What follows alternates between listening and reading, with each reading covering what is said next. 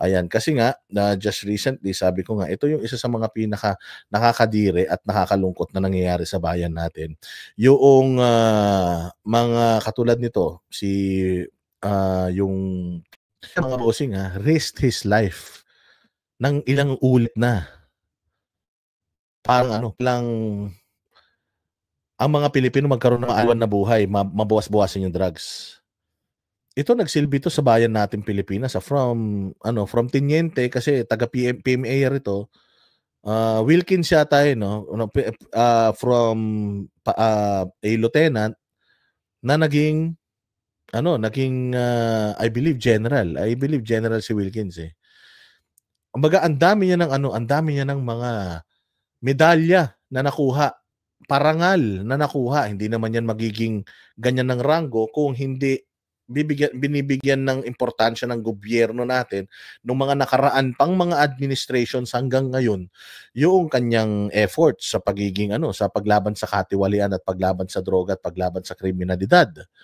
Pero makikita mo na pinakontempt lang siya kaagad ng isang kongresista na hindi man natin kilala, na wala man nagawa sa bayang Pilipinas, na walang kaano-ano kung sino man 'tong hayop na ito. Yung Paduano, hindi natin kilala yan. Ano ba nagawa sa bayang Pilipinas niyan? Ano naman naitulong sa bansang Pilipinas niyan? Nung panahon ng pandemic, nung panahon ng namamayani ang droga sa Pilipinas, ano ba naitulong sa bayan niyan? Basta-basta na lang siya nagpa-contempt ng isang dating nagtatrabaho sa gobyerno, nagtrabaho ng tapat ito, nagretiro to ng maayos, ibig sabihin walang kaso ito.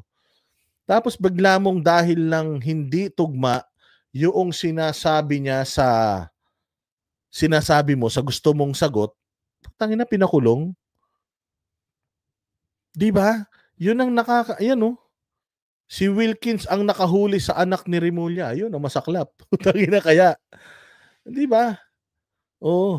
Ano pa? So, dating NPA. Dating NPA pa ang ang nag-ahari-harian ngayon.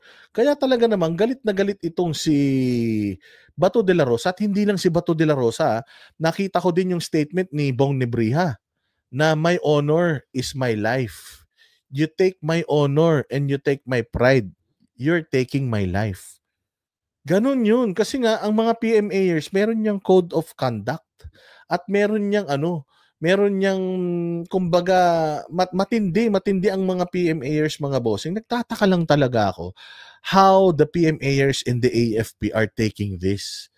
Mantakin mo, pinaghirapan ninyo yung training, nagtrabaho kayo sa bayan, umunlad ang inyong karir dahil sa ganda ng ginagawa nyo, tapos ipapakulong kayo ng isang dating Sparrow unit or dating di umano sabi nila parang liquidator daw to mamamatay tao daw to. Yun ang sabi nila. So papayag tayo ng ganun, kayo mga militar, papayag kayo, lalong-lalo ka na Marbil. Ito pang nakakatawa. Pinakontempt din nung babaeng matabaing pisngi na kongresista diyan sa Taguig, pinakontempt din niya yung isang colonel na nasa ospital. Putang ina, isipin mo nasa ospital, aktibo sa serbisyo, nagre-recover, puta ipapakulong mo? Anong klaseng bayan meron tayo? Paglapag na ito sa karapatang pantao ng mga unipormado. Ang malaking pinapagtakahan ko, pumayag si Marbil. Bakit ka pumayag, Marbil, na ganituhin yung mga unipormado mo? Ikaw ang tatay ng mga pulis. Bakit hindi ka naninindigan? Anong klase yan, Marbil? Dapat yung mga pulis mo, medyo babak-upan mo naman. Katulad ni General Bato de la Rosa nung panahon niya, yung mga matitinong pulis, binaback-upan. Yung mga hindi matitino, puta talagang, kung hindi mo man mapatanggal, i-assign mo dun sa mga pinakaliblib ng lugar para matuto. Pero ito, nakakahiya ito. Nakaka-degrade ito. Kung ako pulis, madidegrade ako. Tangina, koronel ko, ipakukulong ng basta-basta ng mga to. dahil lang nagsalita siya ng Tsaka bakit ba kasi hindi pa nahihinto yung Quadcom na yan? 'Di ba? Bakit hindi pa nahihinto yung Quadcom? Ano pa bang gustong patunayan ng Quadcom? Ang tagal-tagal na nung Quadcom, pinagtatawanan na kayo. Ang sabi nga ni Conchita Carpio, putang ina, tagal-tagal na niyan. Ano pang magagawa nilang batas niyan? Ilang hearing na, 13 hearing. Ano na ba yung mga batas na naipasa nila?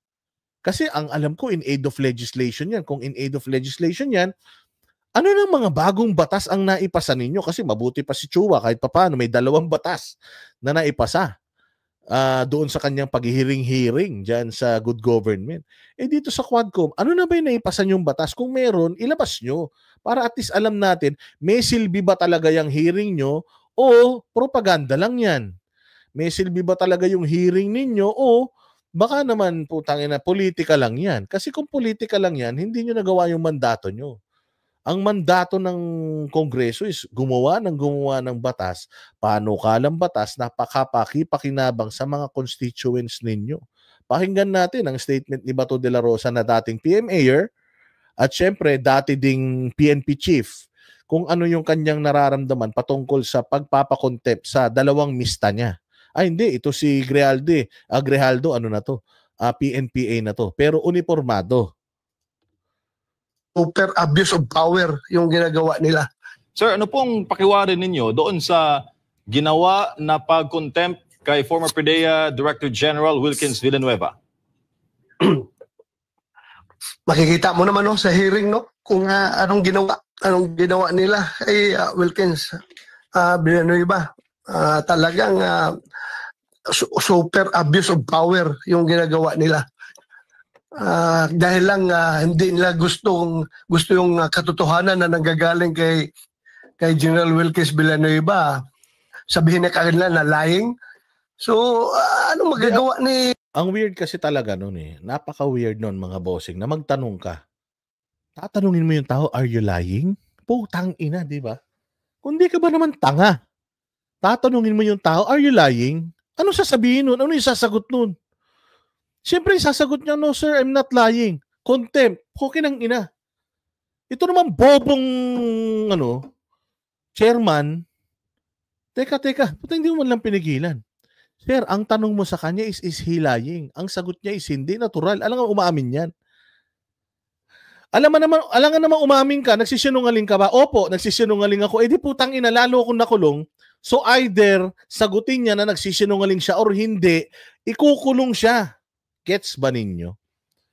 Are you lying? Anong sagot dun? Pag sinabi mo na, yes sir, I'm lying. Therefore, contempt ka. Putay na ka, nagsisinungaling ka pala. O kung sasabihin naman niya na, sir, are you lying? No sir, I'm not lying. Contempt ka. Putang ina. Nagsisinungaling ka. So hindi mo alam whether ito yung sinasabi ni President Duterte na you cannot ask me those kind of questions. Hindi pwede. Kailangan bigyan mo ko ng patas na pagtrato. Kasi unang-una sa lahat, nandito tayo kung totoo yung plano ninyo na gumawa ng mga panukalang batas. We are here para magtulungan. Hindi ba? Kung ano yung sagot ko, and then, strike out mo na lang kung hindi mo kailangan yung sagot ko. Pero para ipakulong mo pa ako dahil dun, nandito lang naman tayo to legislate. Bakit mo pa ako kailangan ipakulong? Bakit mo pa ako kailangan ipatawag kung ipakukulong mo din lang ako? Di ba? Sobra naman kasi talaga yun. Tinanong mo yung tao kung nagsisinungaling o hindi, tapos ang sagot niya, hindi. Puta, ikinulong mo dahil sinagot niya, hindi siya nagsisinungaling. Kung sakali ba, sir, sinabi niya na nagsisinungaling ako, di mas lalong ipakukulong niyo siya. Nagsisinungaling siya under oath Sobrang bopuls talaga nun. Sobrang grabing pag-aabuso talaga sa contempt powers yun. Ayun yung sinasabi dito ni Bato de la Rosa na grabing abuso yun para sa mga uniformado natin. ni Wilkins na that's the truth as far as he is concerned. Tapos sa kanila, sa Quadcom, that's a lie as far as Quadcom is concerned kasi sarado ng utak nila talaga na talagang gusto nila makuha yung naratibo na gusto nila. So, hindi po maganda ang nangyayari sa ating bansa ngayon. Hindi na talaga maganda. Sobra ng abuso. Sir, sa inyo pong pagkikipaglaban sa CPP and PANDF, na salubong niyo ba yung pangalan na Congressman Paduano sa mga nagdaang panahon? Hindi ko na salubong yan dahil kung matapang yan, dapat matapang yan na NP, dapat doon sa Mindanao yan nakikipaglaban. Hindi ko na rinig yung pangalan niya doon sa Mindanao. Lumabas yung pangalan niya ngayon nung congressman na. Hindi ko kilala yung tao niya noon. Opo, kasi marami din po sa mga produkto ng Philippine Military Academy ang nag-question dito nga sa nakaraan ni Congressman Paduano sa ilalim po ng Alex Bongcayo Brigade na kini-question na ang mga PMAer na nalagay sa pamahalaan nagsilbi po at nagbuwis ng buhay. Pero siya, sa nagdaang panahon, ano raw ang naging ambag niya sa bayan?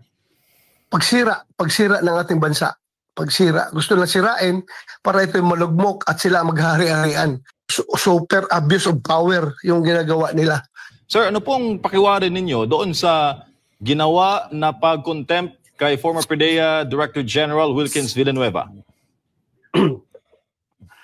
Makikita mo naman sa hearing kung anong ginawa nila ay Wilkins Villanueva. Talagang super abuse of power yung ginagawa nila. Dahil lang hindi nila gusto yung katotohanan na nanggagaling kay General Wilkins Villanueva. Sabihin na kanila na lying. So ano magagawa ni Wilkins na that's the truth as far as he is concerned. Tapos sa kanila, sa Quadcom, that's a lie as far as Quadcom is concerned kasi sarado ng utak nila talaga na talagang gusto nila makuha yung naratibo na gusto nila. So, hindi po maganda ang nangyayari sa ating bansa ngayon. Hindi na talaga maganda. Sobra ng abuso.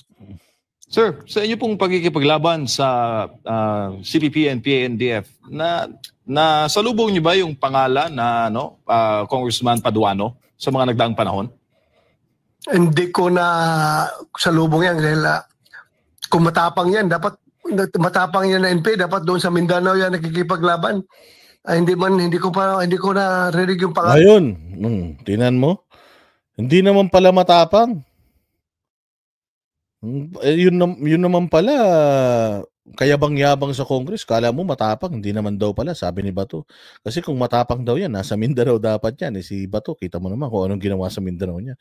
Hindi yung matatawaran ng tapang nito ni Bato. Kung makikipagtapang-tapangan lang kayo, putang ina ninyo, sana nasa Mindanao kayo. So, medyo masakit itong sinasabi ni Bato rito na parang minamaliit si Paduano na siga-sigaan lang daw. Kasi, well, nakita naman natin nung nandoon si PRD, kahit nga isang tanong, di nakapagtanong yung kumag na yan eh. Hindi ba? Pero ngayon, kita mo naman, putya, kung makapagsigaw-sigaw na naman, kala mo siga. Paano nung nandoon si PRD, nandoon si Inday Sara, putang ina, parang parang basang sisiw yan. Alam niya doon sa Mindanao, lumabas yung pangalan niya ngayon nung congressman na. Hindi ko kilala yung tao niya noon.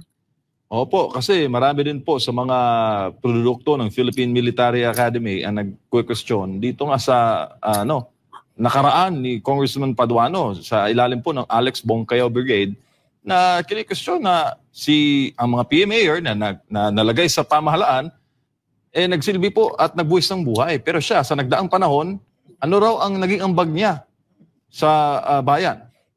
Pagsira ng ating bansa. Pagsira. Gusto lang sirain para ito malugmok at sila maghari-harian. Super abuse of power yung ginagawa. Diba? So yun, mga bossing, ang isa sa mga nakikita natin na sagot dito sa mga kalokohang nangyayari na to dyan sa Quadcom na yan. Again, it has been there. It's been... Itong Quadcom na to, tagal-tagal na naghihiring yan mga bossing ng mga yan. Pero until now mga bossing, tuloy-tuloy pa rin sila and mukhang wala pa silang bala kuminto. Pinagtatawanan na po talaga sila noong mga magagaling na mga huwes sa atin. Kasi parang lumalabas, dragging na lang. May sinabi pa sila na sindikatong Duterte Syndicate. May mga ganun pa na silang pinalalabas. Again, these are all accusations na against PRRD even before presidente siya. Yung mga sinasabi patungkol sa customs, yung Davao Group, kay Trillanes galing yan. Panahon pa lang ni Duterte, senador pa si Trillanes, hinihiring na yan. Until now, hinihiring pa rin yan. Tapos may sinasabi pa sila na they are considering or pinag-aaralan nila whether sasampahan nila ng kaso si PRRD. Ng tokwa. PRRD is actually welcoming all of you to file cases against him. Sinabi niya na nga yan na if you feel, ang dami na nga niyang sinabi dyan sa Congress na mga sinasabi ninyong might implicate him or may implicate him sa mga kaso na ito. Bakit hindi niyo pa sinasampa yung kaso? Sinasabi na nga niya na if you feel like I've said enough to find probable cause against me, then file cases and I will answer them in court. Don't make me answer them here because you are not a court. You are here to legislate. You are not here to investigate the crimes that I committed. There's a proper forum or proper place for that. Ilagay natin doon. 'Di ba? Kaya talagang dito medyo palpak na palpak ang natin dito. Palpak na palpak talaga mga bossing. Etong Quadcom na ito na sabi pa naman nila, yung Quadcom, pagka merong bumabatikos yan, imbestigahan. Ba't mo iimbestigahan? Ibinabatikos lang. If you don't want Quadcom to be criticized, tawag dyan, executive session nyo, wag nyong ipalabas ng public. Kayo mag-usap-usap, walang media. Magbugbugan kayo dyan hanggat gusto nyo. Wala kaming pakialam. But the fact na ipinalabas nyo to public, you're subject to scrutiny. Di ba? Pwede po kayong batikusin, pwede kayong i-correct kung may nakikitang mga pagkakamali. Kasi may freedom of expression tayo. If we feel like yung mga ginagawa ninyo is hindi na tama, then kami na mga bumoto sa inyo, may kapangyarihan para sabihin na, teka sir, di na po tama yan. Di ba? Yun lang naman yun. Kung gusto nyo naman pala na purihin kayo ng taong bayan, di sana gawin nyo ng tama yung trabaho nyo. Di ba? Tingnan nyo, gaano ba karami yung pumupuri sa inyo sa ginagawa ninyo versus sa hindi. Timbangin ninyo. If marami yung hindi pumupuri, bakit nyo ipakukulong yung mga nagre-reklamo sa inyo? Why not you talk to these people and tanungin sila, ano ba talaga yung gusto nyo? Ano gusto nyo mangyari? Besides, yun naman talaga trabaho ninyo. Ang trabaho ninyo is to please and work for your constituents. Sino ba yung constituents nyo? Yung mga tao na bumabatikos sa inyo. Sabi nyo, kayo ang representative ng mamamayang Pilipino. If you are the representative of the masses, di sana pinakikinggan din nyo yung masa. Pag sinasabi ng masa na teka parang mali, then you should review. You should, look at it and find common ground.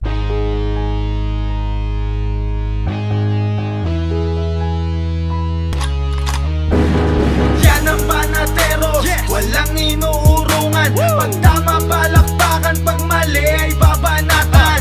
Yan ang Banateros, boses ng ordinaryong Pilipino. Banateros ay walang makakaawan. Walang inuurungan, Banateros ay tinutulungan. Mga ordinaryong Pilipino, bawat mali tinututukan. Handang ituwid mga baliko, kasagutan sa tanong matino. Banateros ay hindi hihinto, sa tungkulin di mabibigo.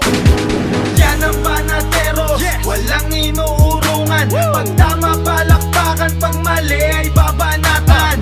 Yan ang Banateros, boses ng ordinaryong Pilipino. Banateros ay walang makakaawan.